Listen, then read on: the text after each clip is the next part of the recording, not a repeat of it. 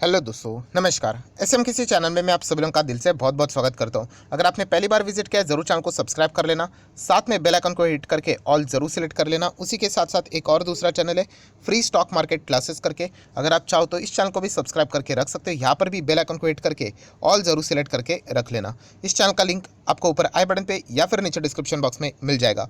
उसी के साथ साथ आज के दिन के जितने भी इंपॉर्टेंट वीडियोज़ है सभी के लिंक आपको नीचे डिस्क्रिप्शन बॉक्स में प्रोवाइड कर दिए, तो अगर आप चाहो तो उनको भी कवर कर सकते हो। तो चले दोस्तों, फिलहाल इस वीडियो को स्टार्ट कर लेते हैं।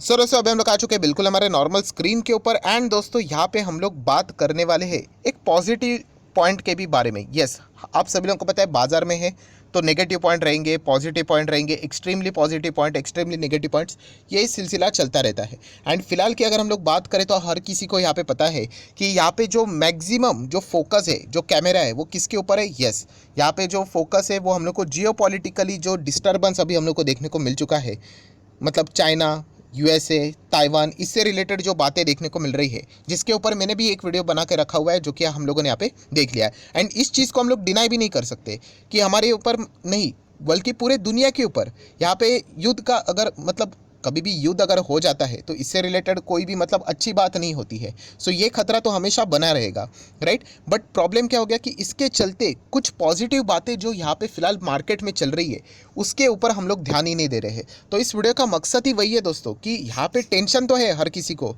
कौन चाहता है कि युद्ध होना, राइट। बिल्कुल भी कोई भी नहीं चाहेगा। अभी अभी जस्ट हम लोगों ने एक युद्ध देख लिया, कौन सा, रशिया वर्सेस यूक्रेन, एंड देख लिया मतलब अभी वो ख़त्म भी नहीं हुआ है, जारी है। बट उसका परिणाम हम लोगों ने देख लिया कि पूरे दुनिया भर के मार्केट में कैसा हुआ, एंड इंडियन मार्केट के ऊपर उसका परिणाम कैसे देखने को यहाँ पे मिल रहा है। एंड एक और ऐसा युद्ध हो जाना डेफिनेटली पूरे दुनिया भर के इकोनॉमी के लिए बहुत ही नेगेटिव पॉइंट यहाँ पे रहेगा। बट जैसे मैंने आप लोगों को बताया कि इसके बीच में भी इंडियन मार्केट के लिए कुछ यहाँ पे पॉजिटिव पॉइंट्स यहाँ पे देखने को मिल रहे हैं, 3-4 पॉइंट, वो अभी मैं आप लोगों को यहाँ पे दिखाने वाला हूँ। बट उससे पहले एक बार आप वापस देख सकते हैं अमेरिकन बाजार कैसा चल रहा है। देखिए, एक इंडेक्स में हम लोग को इतनी ज़्यादा वॉलेटिलिटी देखने को मिल रही है, आप अंदाज़ा लगा सकते हो कि कितनी ज़्यादा अनसर्टिनिटी है just because of this geopolitical issue कि चाइना यहाँ पे आगे क्या करेगा, इसके ऊपर हर किसी का मतलब बोलते हैं ना कि क्या होगा, इससे रिलेटेड क्वेश्चन मार्क्स हम लोग को देखने को यहाँ पे मिल रहे हैं, राइट। अभी ये तो हमारे हाथ में नहीं है कि आगे क्या होगा करके। बट जैसे मैंने कहा कि इन नेगेटिव न्यूज़ के चलते इंडियन मार्केट के लिए कुछ पॉजिटिव साइन देखने को मिले हैं। एंड 3 से 4 दोस्तों पॉजिटिव पॉइंट्स है वो मैं आप लोगों के सामने यहाँ पे रखना चाहूँगा। डेफिनेटली हम लोग प्रे करेंगे, क्या प्रे करेंगे कि जो चाइना से रिलेटेड जो इशूज़ यहाँ पे चल रहे हैं, राइट, ये ड्रिल बिल हो जाए, यहाँ पे एक्चुअल में युद्ध नहीं होना चाहिए। तो डेफिनेटली ये पॉजिटिव पॉइंट्स इंडिया के लिए और भी बड़े साबित यहाँ पे हो सकते हैं। इसमें से ही सबसे पहला पॉजिटिव पॉइंट दोस्तों, जिसको हम लोग यहाँ पे फिलहाल तो ज़्यादा नहीं देख रहे, बट मैं आपको बताना चाहूँगा, फॉरेन इन्वेस्टर दोस्तों, लिटरली फॉरेन इन्वेस्टर का कमबैक हो चुका है।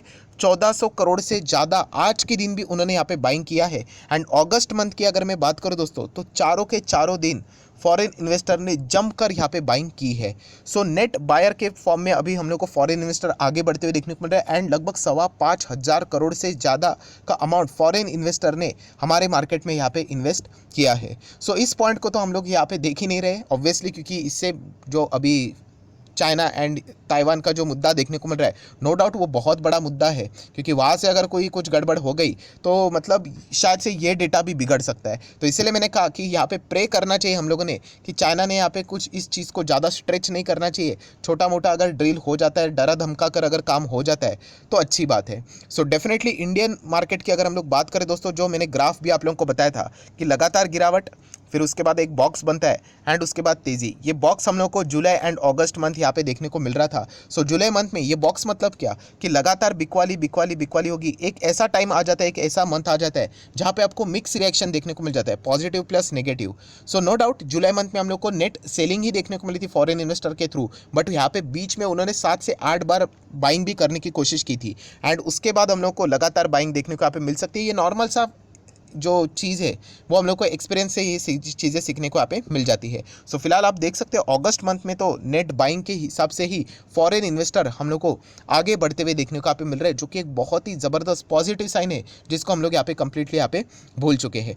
यस, एक बहुत ही अच्छा खासा सवाल भी कमेंट सेक्शन में पूछा जाता है, सर फॉरेन इन्वेस्टर जब आते हैं, राइट, तब अच्छी तेज़ी आ जाती है, राइट। एंड ऐसे माहौल में डीआईएस भी तो माल बेच रहे हैं। अगर आप लोग यहाँ पे साइमल्टेनियसली चेक करोगे तो मैं आपको बताना चाहूँगा, ये देखिए डीआईएस भी छोटा मोटा माल यहाँ पे बेच रहे हैं।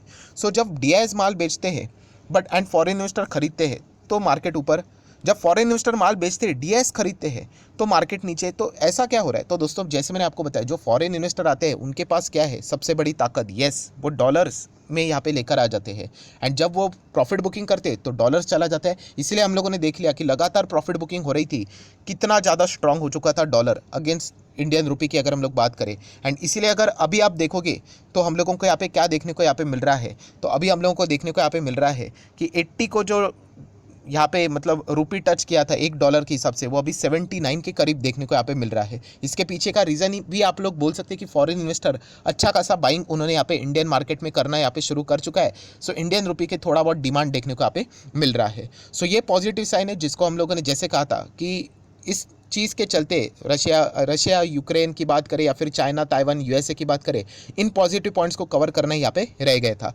प्लस अगर हम लोग बात करें दोस्तों एफडीआई से रिलेटेड मैंने आप लोगों को एक पॉइंट बताया था, कौन सा?